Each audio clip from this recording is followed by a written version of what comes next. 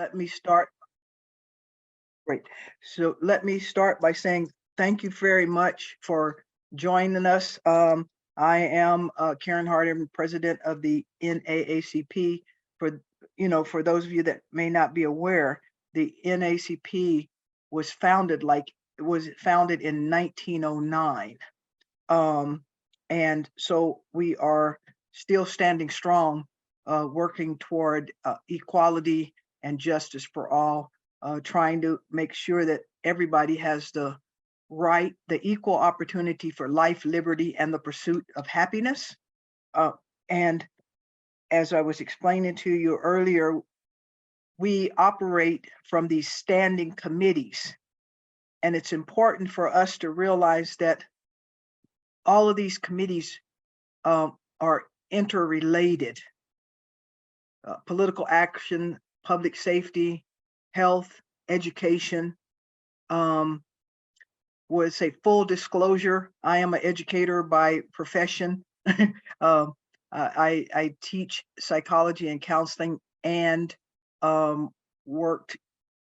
chair the counseling department at one of our local colleges for about 11 years or so.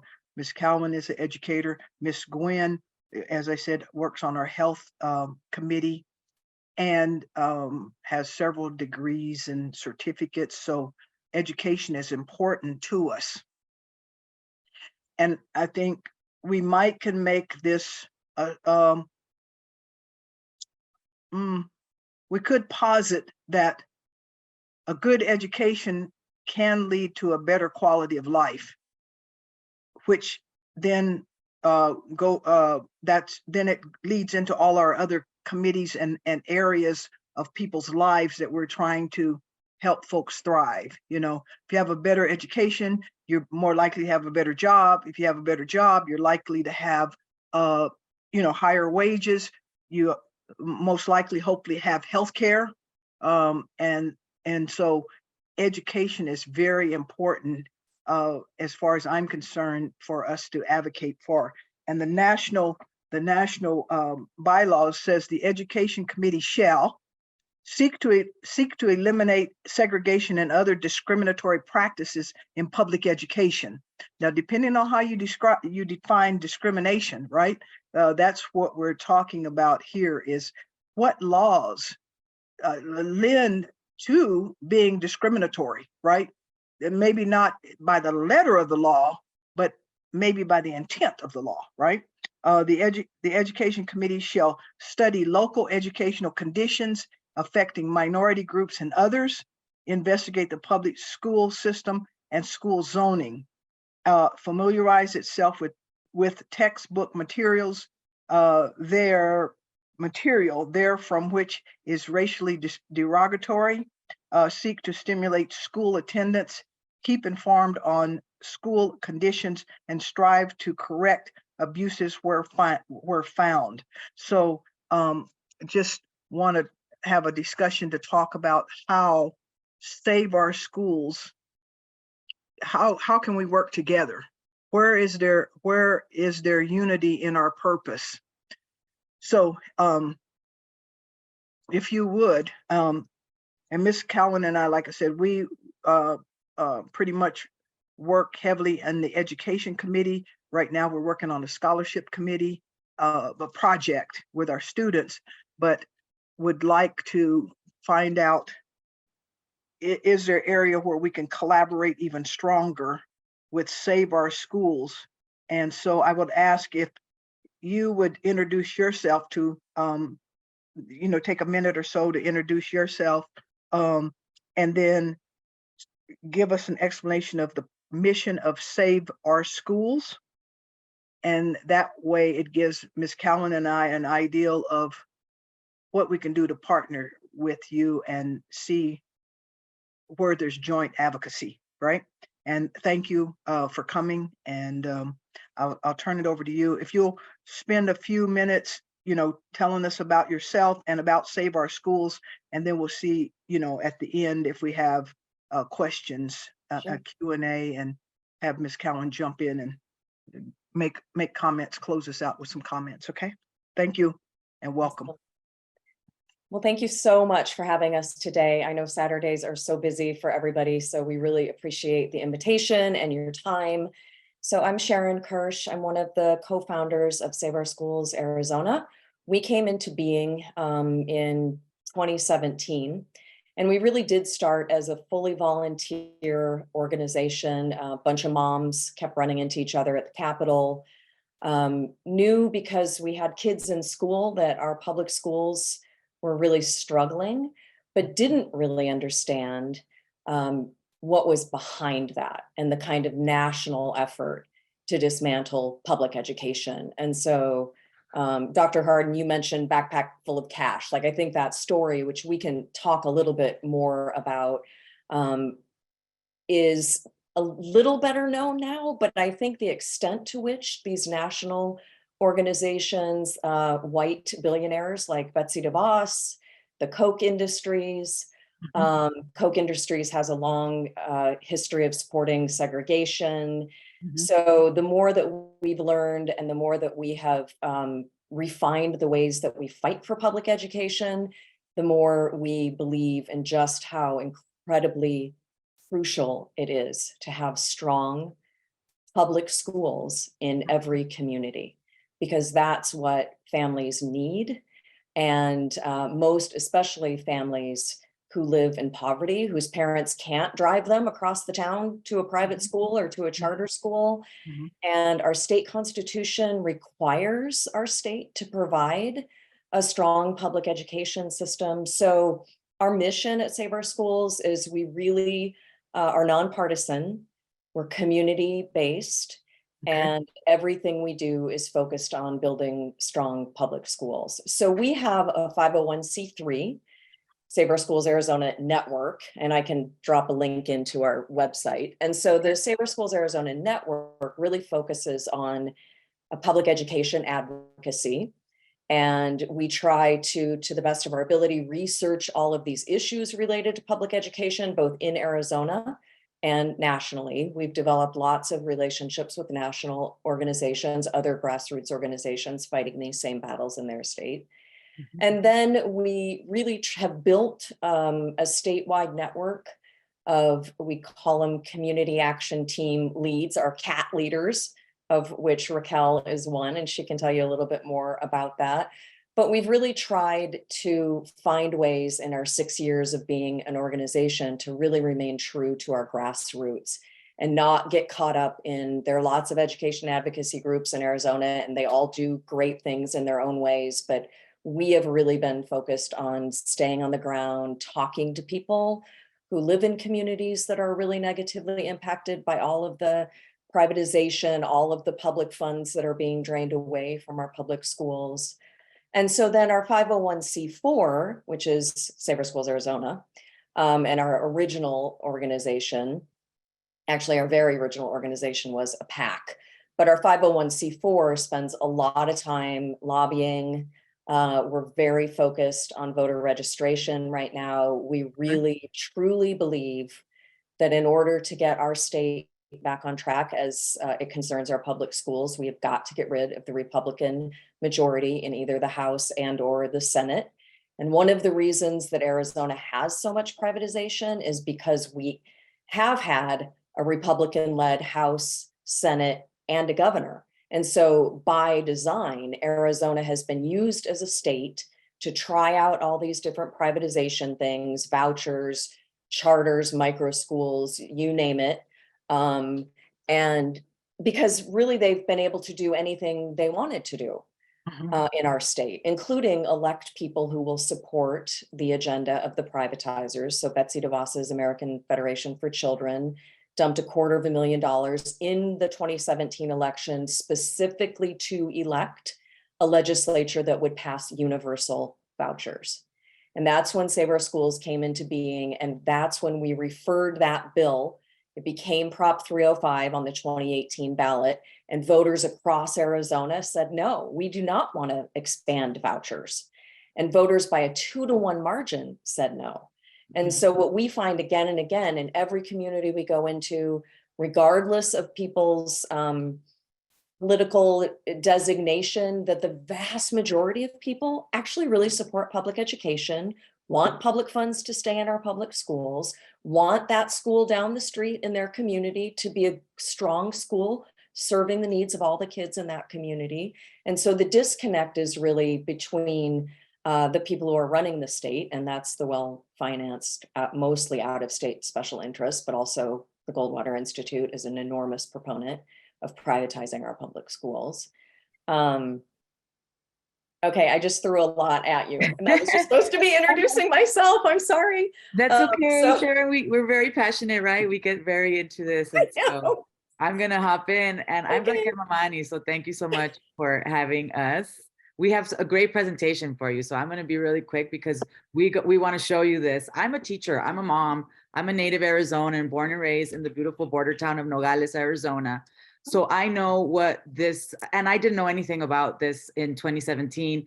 Like Sharon said, I started going to the legislature to try to figure out why our PTO had to keep raising thousands and thousands of dollars to pay for things that really were required, you know, teachers' aides and crossing guards and duty aides and things that, you know, we were paying for people's salaries. And so a friend and I started going down to the legislature to figure out, why do we have to keep raising all this money? And what I learned has kept me now going with Save Our Schools Arizona. I am a teacher. I'm in the classroom. So I am at a middle school because of the teacher shortage. We have a district. I work in a district that is smart enough to say we need a permanent sub at every middle school because we don't have enough teachers. So that keeps our building, you know, so I do that 4 days a week. And then I keep 1 day off to continue to advocate for our public schools. And so, yes, we have a lot of information about how these privatizers have been doing the work for a while now. But so Sharon, like I said, I'm a teacher and a mom, and I am very passionate about advocating and sharing the story about what's happening because, you know, they claim to be helping. They use our Black and brown communities to say, oh, you know, these vouchers are for these, you know, poor kids from across the tracks. But we are going to show you how that is totally not what the actual, you know, what is actually happening. So without further ado, maybe Sharon, we should go ahead and get started. Is that okay if I share my screen? Yes, I think so. Mhm. Yeah, you have access to share. Okay, thank you.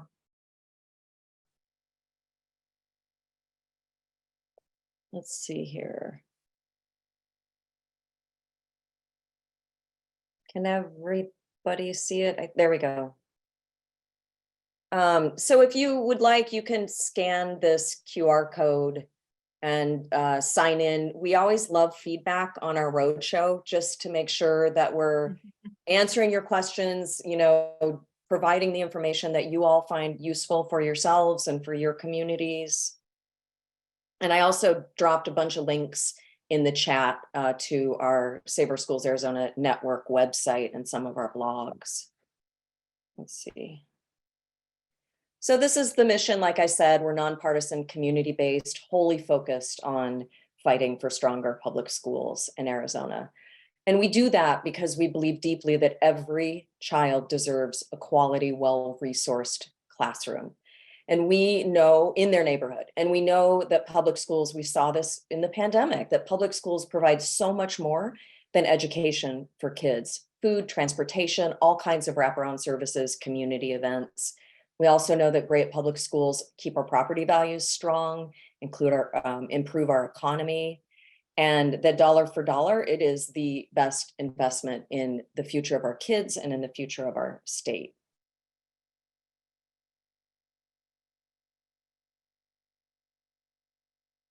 So just to give you a kind of a bird's eye overview of what what education looks like in Arizona, this is the breakdown. We have about 72% of kids attend those neighborhood schools, the district schools. About 20% of Arizona kids attend charter schools, which in Arizona are public schools. They have different rules, but they are fully publicly funded. About 5% of students go to private schools, and about 3% are homeschool.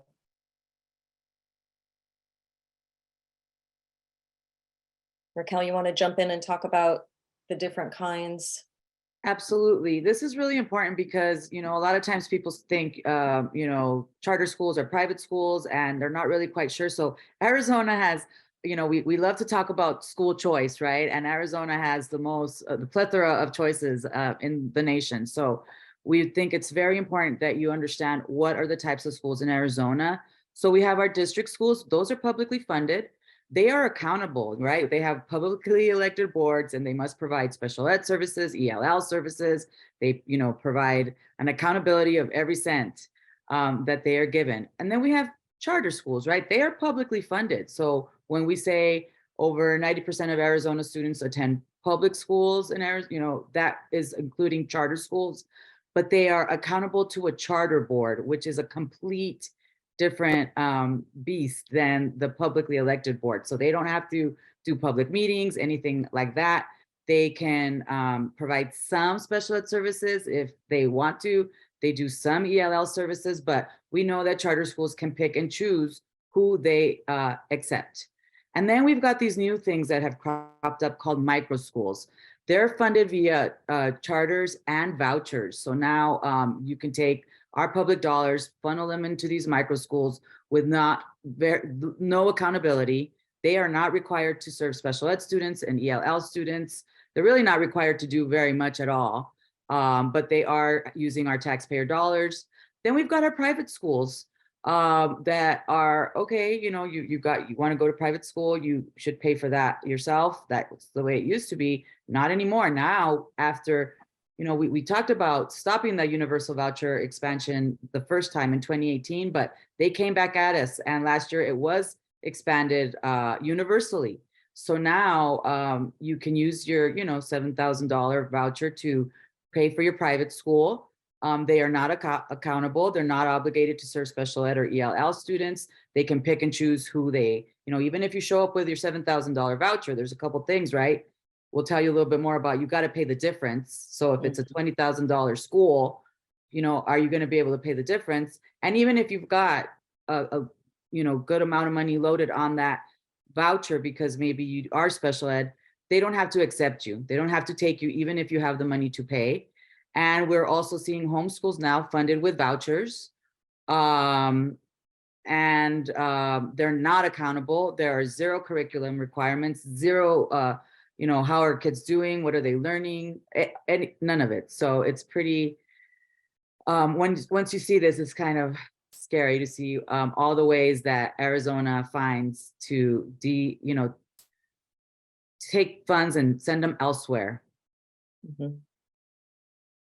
Okay. So there are a couple questions in the chat. So micro schools in Arizona can actually be funded either through an online charter, and that's mostly Sequoia online charters. And so that's the way that the micro school is paid. And the student reports to that charter. They have a teacher of record at that charter. But parents who receive ESAs also can send their kids to micro schools. Sorry, if I was saying charters, I meant micro schools. Can send their students to micro schools using their ESA voucher funds.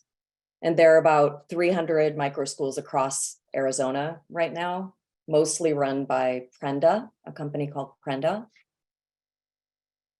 So when we talk about education in Arizona, I think it's important to know that it wasn't always as bad as it is right now. So until the mid-1990s, we were about the middle of the pack for per pupil spending. And you see that just goes down, down, down. And we are at the bottom of the barrel in almost every metric. And we have, that correlates with, that downward slide correlates with the rise of school choice and the rise of our public tax dollars being drained away from our public schools and into private education and vouchers.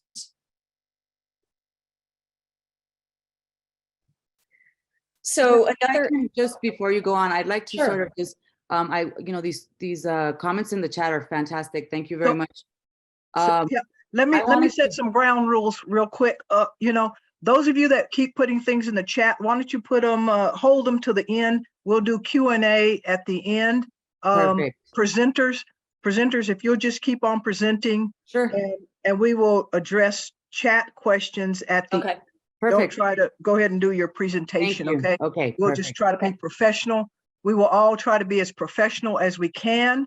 You got it. We'll hold the dialogue to the end. And Sure. I'm going to give you privilege to say, we'll talk, Okay, anything that pops in the chat, we'll do it after you Okay. finish your presentation. perfect. Thank you. Okay. Thanks. Sorry, So- go ahead, continue, please. Okay. So part of the challenge that Arizona faces, and those of you who've lived here for a long time know that our previous governor made a promise that every year taxes would be cut. And so when you look at the way our state budget works, we give away in tax cuts and credits more than we leave in the pot to pay for everything that our state needs. And so these are 2022 numbers. So there are $2.5 billion given away, and that leaves about $16.5 billion for everything else: healthcare, education, roads, you name it. Okay, so I'm gonna jump in here and I'm gonna just tell you some of the impacts of the chronic underfunding, right? So what is happening in Arizona while these dollars are being, diverted? We have the second most crowded class size in the US. I can tell you how that feels to have over 30 students in a classroom. It's quite difficult. We have the lowest teacher pay in the nation. We unfortunately have the highest teacher turnover rate in the United States. Many teachers are going to surrounding states because they pay $20,000 or more than what Arizona pays. Right now, we have a 1 to 650 counselor to student ratio, which is the second worst in the nation. And this is an improvement. This is an improvement for, it was improved under when Hoffman was superintendent. She really worked to lower this. And so right now, someone mentioned they were, I think, a counselor and teacher to that. We know that 1 to 650, is terrible, especially, coming out of a pandemic and what's happened, through all of that. We lack nurses, we lack librarians, we lack counselors.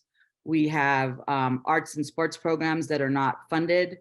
We have broken down buses, AC units that are not, roofs that are leaking, and textbooks that are old. And we have to keep going back to the voter. Many times we have to keep going back to the voter to pass these bonds and overrides, which also creates a burden. And so we have a teacher retention crisis. They talk a lot about the teacher shortage. There is actually not a teacher shortage. We like to call it a teacher retention crisis because that's what it is. 9,672 teaching positions open for the 22-23 school year. 2,577 of those go unfilled the whole year. We have 4,029 uncertified teachers to fill vacancies. Of course, we need those vacancies filled, but we all know that a certified teacher is better for our students. And we have 813 teaching positions that are filled by long-term subs. And so if you start multiplying these by the number of students that are affected, it's in the hundreds of thousands that go without, an appropriate teacher the whole year. And I think it's important to say that this is by design. This dismantling of our public education system is by design. And especially in Arizona, the conditions in which our teachers have to teach are sometimes absolutely unbearable. So of course, those situations are often terrible for our kids as well. Kids deserve better.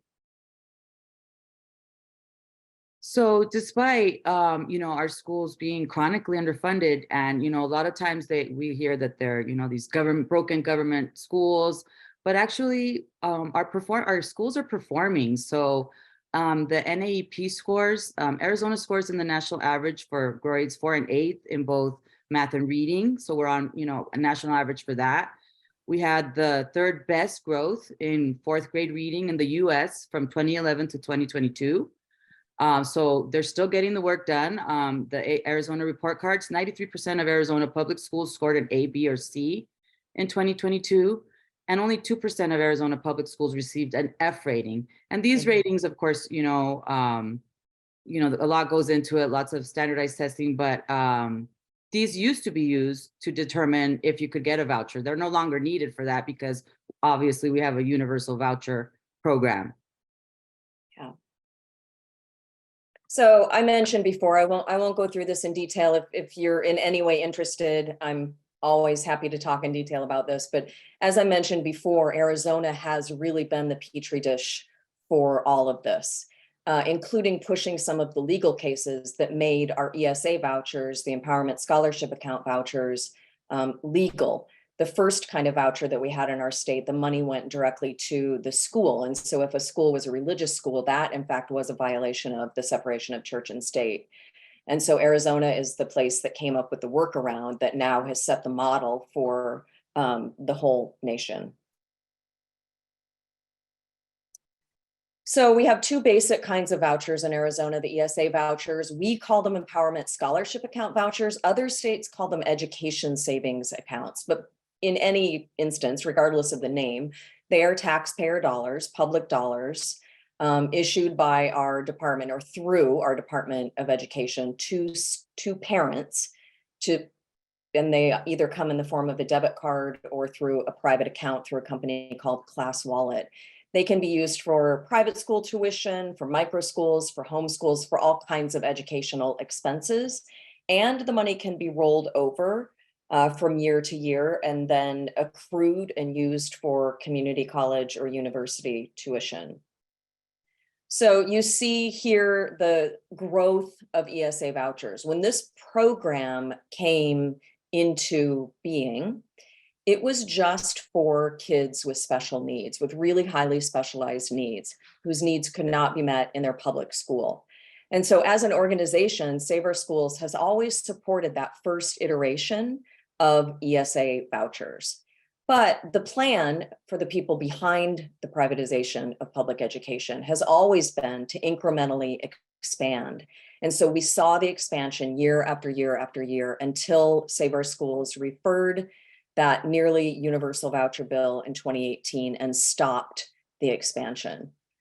We were not able to stop it last year. And so you can see the astronomical growth of this voucher program, because it is the country's first truly universal voucher program, so that kids who are currently in private schools are able to get a subsidy from our state to subsidize their private school tuition. Do you want to talk about STOs, Raquel? Right, we did want to talk about STOs because we know about ESA vouchers. Those have already gone universal, but there's also a push on STO vouchers. And an STO voucher is a school tuition organization. That's when you go to get your taxes done and they say, do you want to give an amount to your public school? Do you want to give to your private school? So STO vouchers are dollar for dollar tax credits, and there's two categories for corporations and two for individuals. They can be used for private school expenses, tuition, uniforms. You can, decide where it goes. Not legal to earmark for individual students, but in practice, it's sort of done, right? You kind of say, this is the school I wanted to go to. And students can collect multiple STOs to stack unlimited funds. And there's very little public information or transparency. So you have to, so basically there's an administrator that administrates this, gets 10% of that fund to administrate it, and they want to continue to grow these STO vouchers as well. Yep. And cumulatively, since the inception of the program in 1998, the state has spent $2.1 billion on these STO vouchers. There are school tuition organizations that provide these vouchers. They've become a cottage industry in our state. The organization can keep 10% of the state funding, and so there are some large STOs that bring in tens of millions of dollars. And then when you look at, this is the combined vouchers, STOs and ESAs. So we're projected to almost hit $1 billion a year from these two different voucher programs. So the the Empowerment Scholarship Voucher grift, what we call it, we were there for all of the hearings for this bill last legislative session. the Joint Legislative Budget Committee that estimates the cost of legislation moving through our legislature, they said, oh, if we have universal vouchers, it's probably going to cost about $33 million. And at the time we were like, wait a minute, why wouldn't every kid in private school not just get a subsidy from the state of $7,000, which is of course exactly what happened. So the program in less than 9 months has grown to over $300 million, money that was not budgeted, was not included in our budget. The first round of data that came out, 80% of the first round of applicants for the ESA vouchers were already private school students, and they were already living in comparatively well-off communities. The majority of them were in Scottsdale and Paradise Valley. The ESA vouchers have no oversight or transparency. We literally have no idea how the students do, how the money is spent. We have very little information on how the money is spent. That is not the case in other states. These are some of the things that the ESAs fund, like we said, private school tuition, uniform, club fees, all kinds of educational expenses, everything from bouncy houses to espresso machines, snow cone machines, chicken coops. And these are for individual families. And you compare that to those of us who have kids in private school, or sorry, in public schools. We know that our public schools run out of paper in about March, and they, beg families to bring in some reams of paper. And meanwhile, our ESAs are funding private swim lessons and gymnastics and cooking and curriculum that includes very evangelical, often anti-trans, outright racist curriculum, and our public tax dollars are paying for that. Yeah, and I'm going to hop in and really talk about school choice. I kind of mentioned in the beginning, but it's really the school's choice. So school choice means that you get to pick where your child goes. We all agree on that. But once you pick that school, the school doesn't have to pick you back. I learned this when my kids were, I have twins, they're 15, and when we were going to take them to kinder, I live in Central Phoenix, we applied to a private school. I didn't know anything about a voucher. And we were going to send them both there. They took a little test and they said, we'll take your daughter, but we won't take your son. And I said, but wait, I choose you. I have the money, we're going to pay. And they said, oh, it's just not a good fit. Later on, I found out, and I had my suspicions that my son had multiple and severe learning disabilities, which are being met at the public school. But again, the private school can pick and choose who they take. And they don't even have to accept you if you have a voucher. Arizona private schools serve significantly fewer students of color than public schools. ESAs rarely cover the full cost of attending a private school, so low-income families really are not able to pay that gap, right? Fill the gap of the difference between a $25,000 tuition and you've got 7 of it. And once you take that voucher, students are not protected by the laws protecting LGBTQ students, special education students, or English language learners.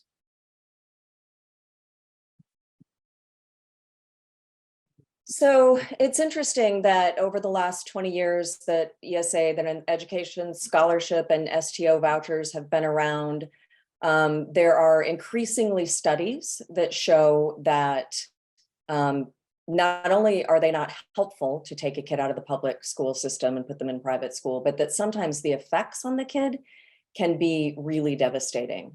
So we have a series that we do called Speaking of Schools. We interview people from across the state, within the state and across the country, who in one way or another are related to school choice and privatization.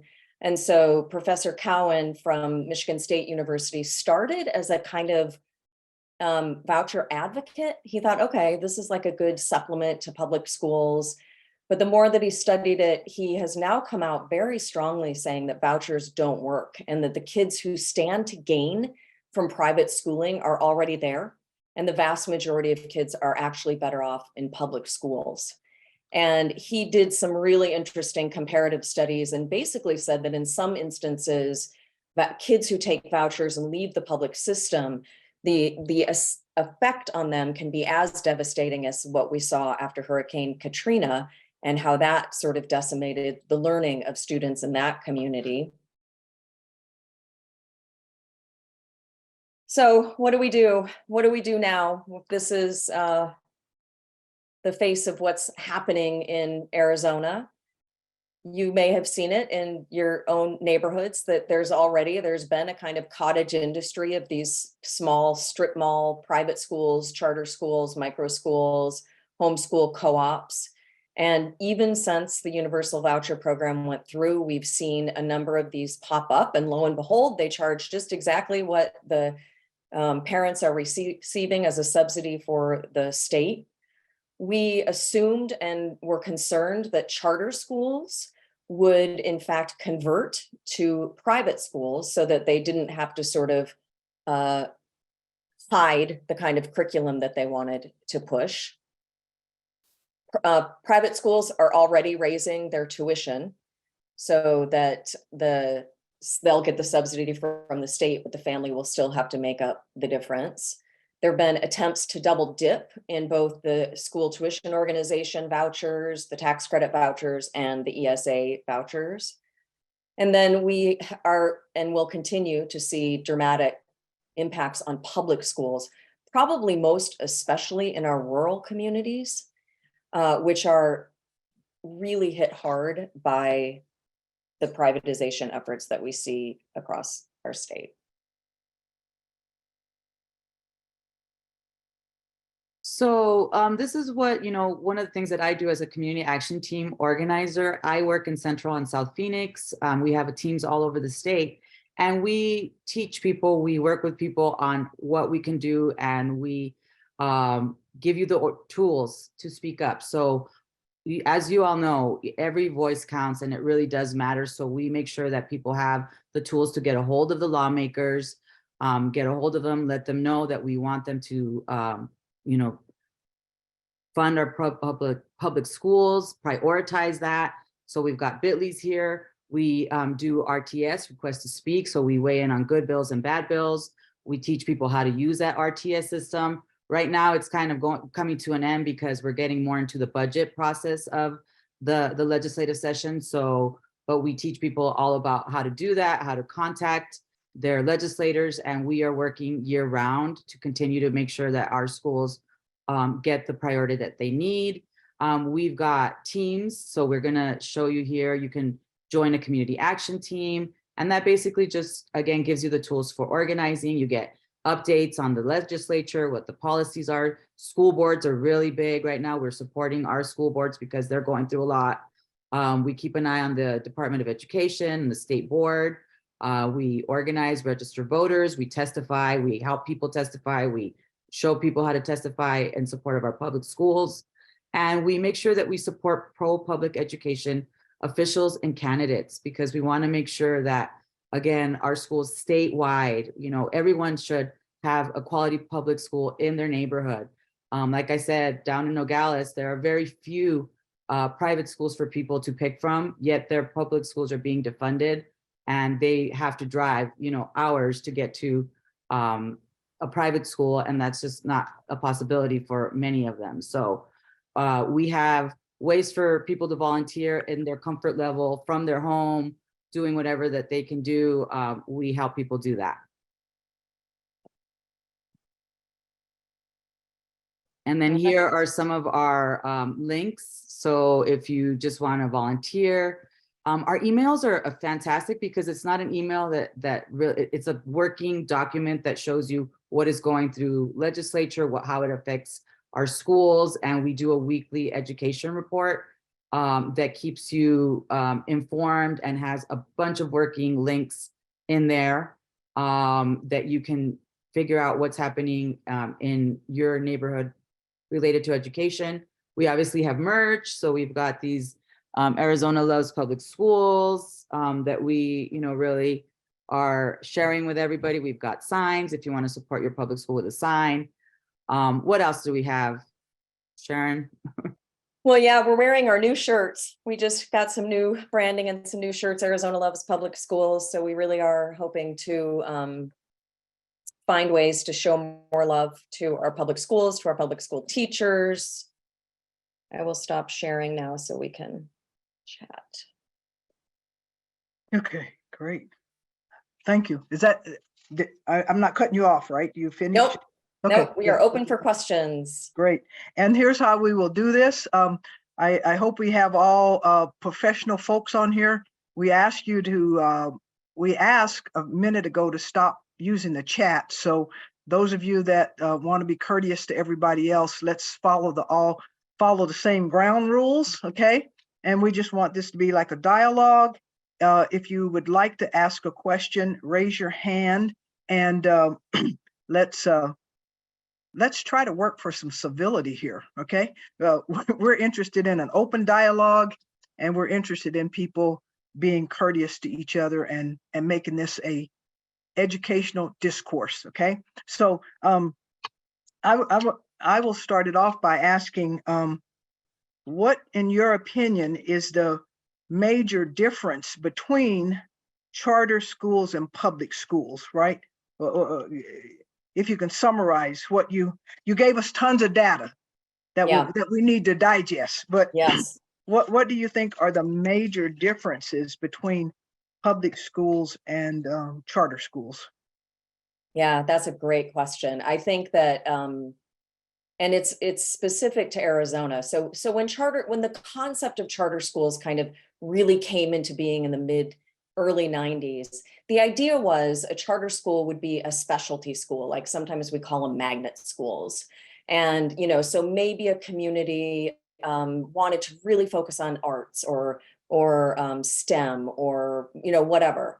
And so a charter school would come in and fill that gap. So in theory, that's where it started.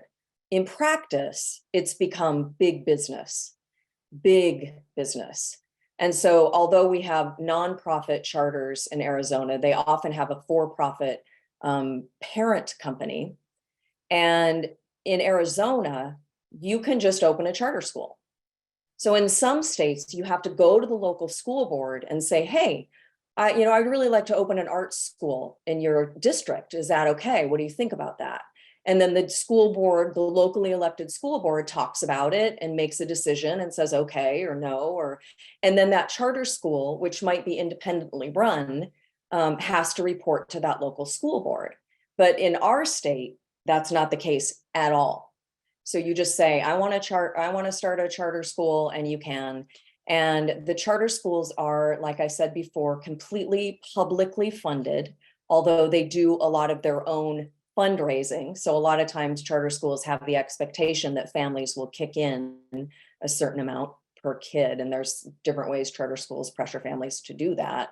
And so in Arizona, we see everything. We see everything from that original kind of charter school that's really focused on arts or focused on bioscience or whatever. And then we see these big, huge companies like Basis, Great Hearts, Liberty, that are run either by people within our state or people from other states that come in to open charter schools here. The impact that we see, especially in rural areas, is the charter schools will move into a community, skim off all the good students from the public schools, and leave the public school with all of its buildings to maintain, teachers, so they have to either combine classes. The video Backpack Full of Cash addressed some of that, and the way that our public district schools are sometimes left high and dry and in very difficult positions when a charter school moves in. So if you want more about the funding, I'm happy to go into that, or I can point you to some studies if you'd be interested in sort of learning more about that. But another main difference I think that I would like to just add is that they don't have to accept every student. So if you show up, so school choice is free, right? You don't need a voucher to choose where you go. That is already free. If you choose a public school and you want to drive your child to Scottsdale because you want them to go there, and it's a public school, they have to take them there. But charter schools do not have to take every student. So they can say, no, thank you. And they also don't have, they can, our school boards, public schools have school boards, they have public meetings. Charter schools don't have to have public meetings. So they, there's a lot of different rules, different set of rules that they play by that are not the same as public schools, as far as, so many things, including how they do their school board meetings. Okay, when you said that they just opened a charter school, no, Do I need to take that literally, that you say, they just say, open a charter school? But what about the board? Isn't there any type of state application required, or There is. how literally do I take that? Just open one. And let me say again, please, anybody else who has a question, I would ask you to please raise your hand. If you have a question, let's do it that way. Okay. So I don't want to monopolize. Miss Sheila, I see you. Okay. So thank you for following the rules, Miss Sheila. Miss Sheila is one of our a member as well. So, but okay. Yes. Yeah. Sheila, you'll be next. Okay. Thank you for raising your hand and being polite. Thank you. So Should I- Dr. Harden, just to give a little bit more information about that, we do have the Arizona Charter School Board. And so you do have to go before the board to ask for a charter. The rules are you could do it. If you decided you wanted to open a charter school, you could do it. Okay. And All they right. give charters for, I think, up to 15 years.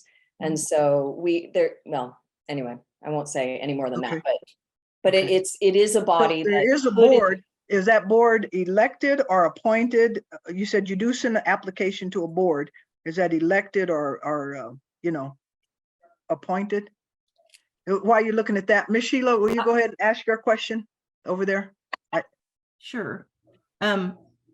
So I just want to briefly share my family's personal experience, and which I think it's been a while because my son is now 19 years old. So the questions I have aren't quite as clear to me because it's been a long time, but I'll just briefly say that. So our son, who's 19, when we moved to Arizona, he was 3.5 years old.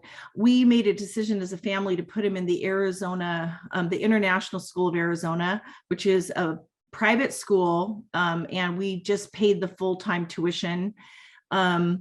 And we paid, and I think I remember hearing that there was the tax thing, and this, I'm sort of ignorant on this, but yeah, we could write off a dollar for dollar tax credit for a certain amount. And people were critical of that, which I understood because I am very pro public education, but in our case, we wanted him to have this Spanish immersion education, and we are paying the tuition and we paid for everything, like the after school stuff and the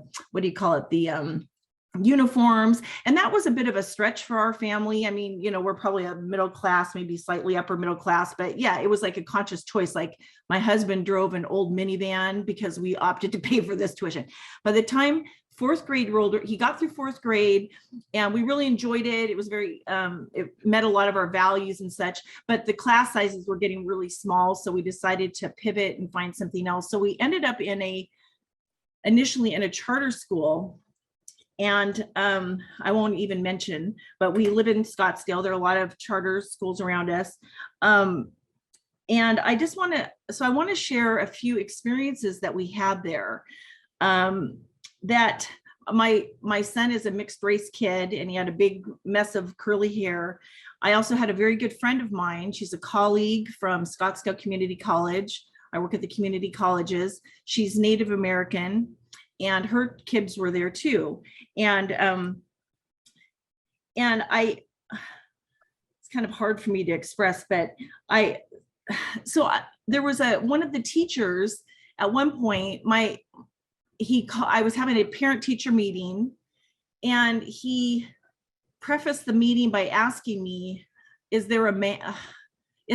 is really weird for me to say. I'm just going to say it. Okay. He asked me, he's like, well, I wanted to know, because of your son's behavior, is there a man in his life? And I was just taken aback. I was just walking in there prepared for it. And I was like, this is a weird question, but I actually then answered, in our case, we have a 2-parent home. My husband and I have been married for 28 years, whatever, regardless of that, it's just a weird, but, so I attempted to explain, yes, he actually has a lot of male figures, including his father and all that. That was bizarre. Then in the experience, then my son, who was well liked, he's a well-adjusted, nice kid, very social, and he had been doing something that was on, like, there was some thing that was going on YouTube videos, some fun thing where they do, I don't know, I can't remember. It was like something that all the kids were doing. And I get this call from the school that the teacher said that he had used his middle finger with another kid, and they had taken him out of the classroom. He was with the dean of what do you call it? Dean of punishment, dean of school discipline. And they had made him sign his name admitting what he did before I was even there. And the way the teacher had described it to my son was, they said, he flipped the bird to another student. And so I went in, and at this point, mama bear's coming out. I was irate. I said, now, whether or not my son did something, I'm not one of those parents that doesn't want to know. Like, if he did something, I certainly want to know, we address it, appropriately. But I said, how dare you have him sign something before I've even had a chance to be on premises? And then Liam, my son, said, Mom, I didn't even know what flip the bird meant. Like, he didn't even know what that phrase meant in the course of his, whatever, 8 years on the planet or whatever. That phrase was not a phrase that he had come across. And so he didn't even know. So I was furious, and we had a whole school meeting on that. And that was really weird, but whatever. Then in the meantime, I'm talking to my colleague who's Navajo, and her kids were in this school. They're very bright kids, very well disciplined. And my colleague and her husband went to the school, and they said, we, based on our cultural and religious beliefs, we're not comfortable with some of the readings in the literature class, like Telltale Heart from Edgar Allan Poe. And they didn't go in demanding. They just said, for this particular assignment, based on our traditions and beliefs, we are asking, we don't want our child to be reading that. Can we find an alternative reading? And he will then do the assignment. The school would not budge. They're like, nope, this is it. Also, their son had very long hair. And I think that was sort of part of their cultural, traditional, whatever. But he was respectful in the sense that he would put it back in a ponytail. So it was like back behind his ears. But the school was demanding that he cut his hair. Now, my colleague, who's very well educated, got a PhD, pretty powerful, her husband as well. They're like, their basic thing was, well, forget this, we're out of here. This is a school that is actually on the Pima Maricopa reservation, right? It's leasing land, but this was the treatment.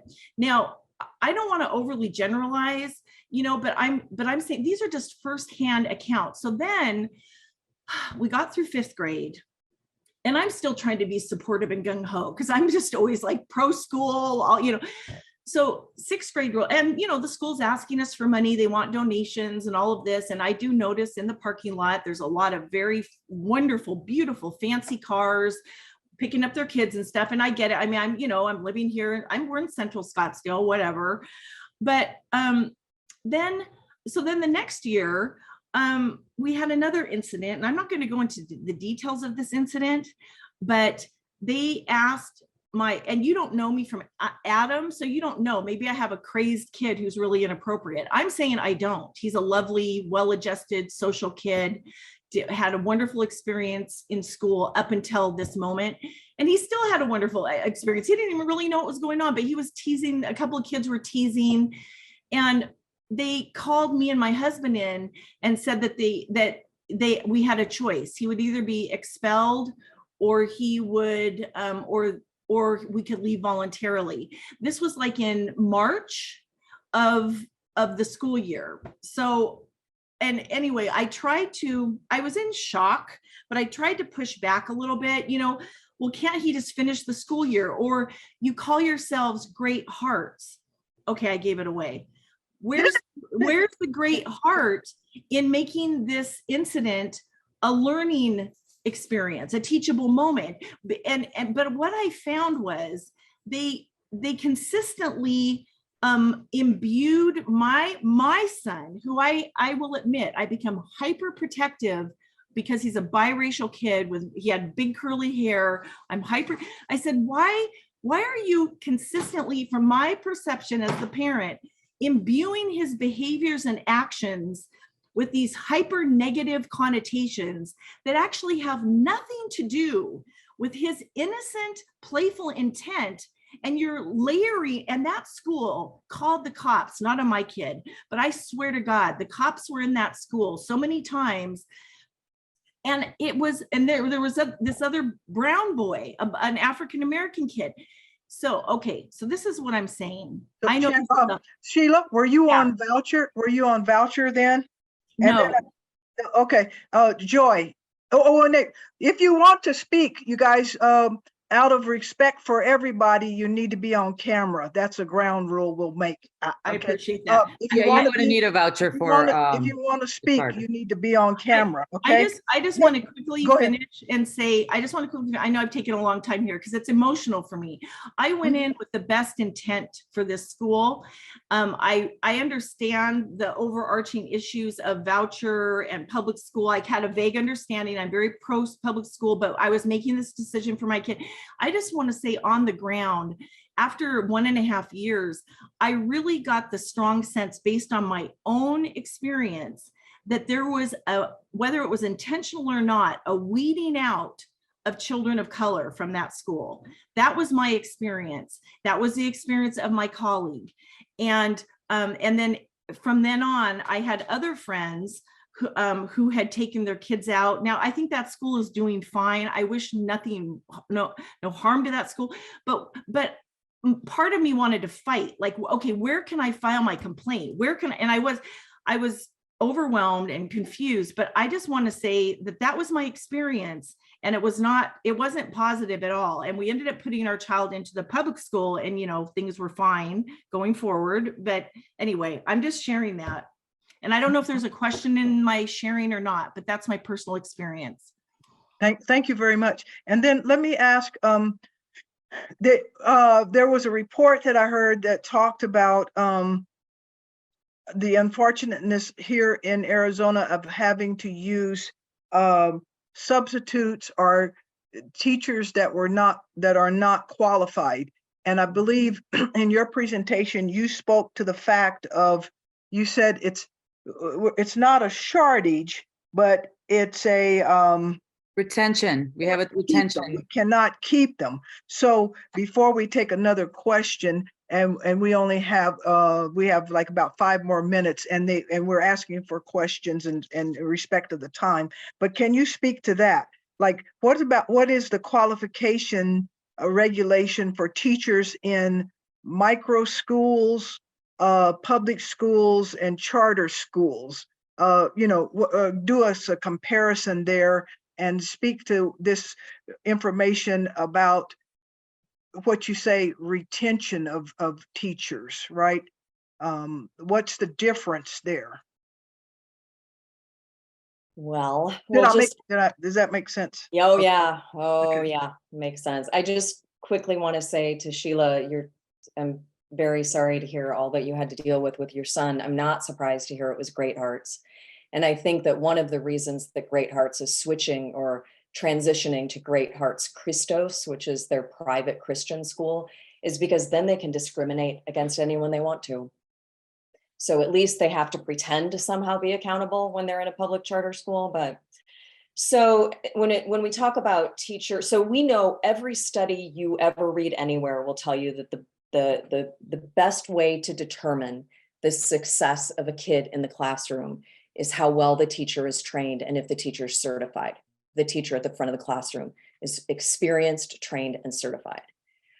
We do not have to have, so charter schools don't have to have certified teachers. Actually, public schools don't even have to have certified teachers anymore. Governor Ducey's solution to our teacher shortage crisis was to eliminate the need for certification. When micro schools started, their teachers didn't even have to be fingerprinted at all. So Prenda, the largest micro school company in the state, does now let's shy away from using names. Just do data, please. Okay. Okay. Okay. I'd rather us not use names. Okay. They do. So most micro schools now do require their teachers or their people who are working with students to be fingerprinted. Mhm. Mhm. Raquel, do you want to add anything? to Well, that? just that they don't. Well, so basically, they don't have to have certified teachers. And, you know, like Sharon said, the state said, you know, even public schools don't have to have, but our school boards and our districts still have teacher certification. So, you know, the school boards and public districts are still making sure that they're certified. But otherwise, there's no requirement, and they really don't have to tell you that, what their teachers' qualifications or certifications are in the charter part of it. So I think we can take another question. Yes, Miss Foster was next, I think. Somebody's named Foster family, the Foster family. Please introduce yourself, please, and thank you. Go A ahead. question. There's a question. Mhm. My name is Christina Foster. I am a life member of the NAACP and has been for decades. I am a single mother. I am also on the charter board for the Arizona Charter Board, so I can talk to that. We do an extensive research and study, and we audit those charter schools. I do support public schools, but I also recognize it is not for everyone. Do you have a question, please? Yeah. Your question. Thank you. That's with your question, please. Mhm. My question respectfully is, why is it the NAACP does not accept that public schools are not for everyone, especially Black and brown children? And what are you going to do to resolve the issues that are occurring to our children? Thank you. Thank you so much for your question.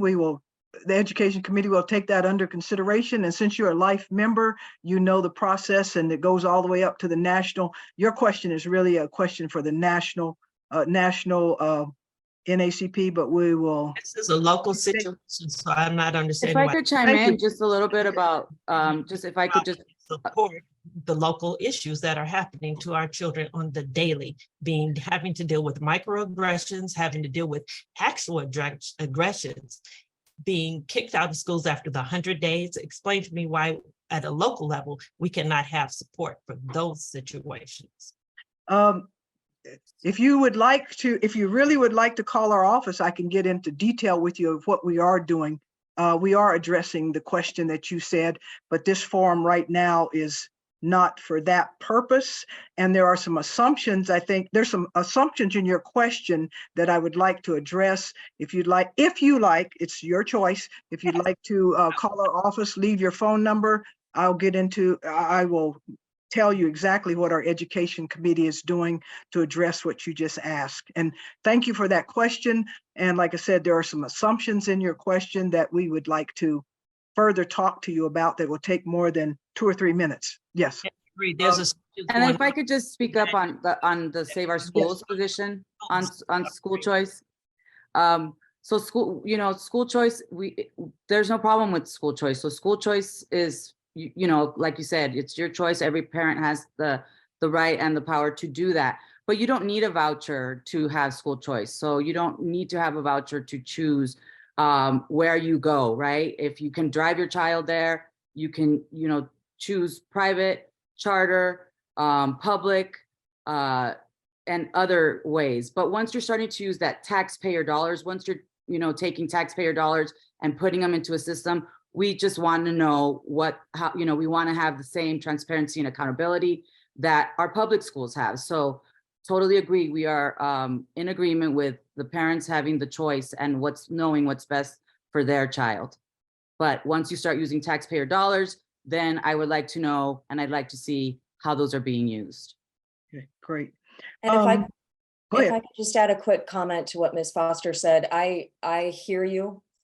I agree that our public schools in Arizona are in absolute crisis, and that Black and brown and Indigenous kids are the ones who are disproportionately impacted by this. No question. Our kids deserve better. Our state is responsible for providing a better public education for our kids. And, you know, so that's why we're here. I think. We know there's so much room for improvement, but we also know that the answer is not to drain more public dollars away from our public schools. The answer is to make sure that we have a great public school in every neighborhood with great teachers who are supported and who have counselors to help them and have nurses and have great librarians and all that stuff that should just be basic to our public schools. But because we've been in the midst of 20 years of dismantling our public schools, it is, if we hadn't gotten a Democratic governor, I honest to God don't know if our public school system could have weathered that. It is a crisis of really scary proportions. And so it's one of the reasons that we're here talking to you, and so grateful for the chance to talk to you, because I think sometimes people just don't realize how much we need to be fighting for our public schools. So what I would like to offer, number one, is make sure that you recognize that the NAACP is nonpartisan, and we are not endorsing any statements that relate to any particular political party. However, the NAACP, as far as I understand it, we are interested in equality for all students. And the purpose of us dialoguing with you was to be informed. The purpose of this, and we appreciate you giving your time. We wanted to be informed on the issue. We are nonpartisan. We do not endorse any of the political statements or comments made toward different political parties. And also anybody that has any other questions, you can submit them to us. And then I hope our door, Rachel and Sharon, is still open. Thank you we asked you for an hour of your time. We've gone over. We appreciate that. We appreciate everybody who's on the call. If you would like to send your questions, our email is admin@naacp.maricopa.az.org. Send your questions in if you'd like to really discuss your concerns, Sharon and Raquel. If I do get any questions, I will talk with you and maybe we can answer those questions. And I'd like to thank everybody for their time. And, everybody have a great afternoon. And we will keep trying to work for justice and equality for all of our students. Okay, everyone, have a great day. Thank Thank you. you. Thank you so much.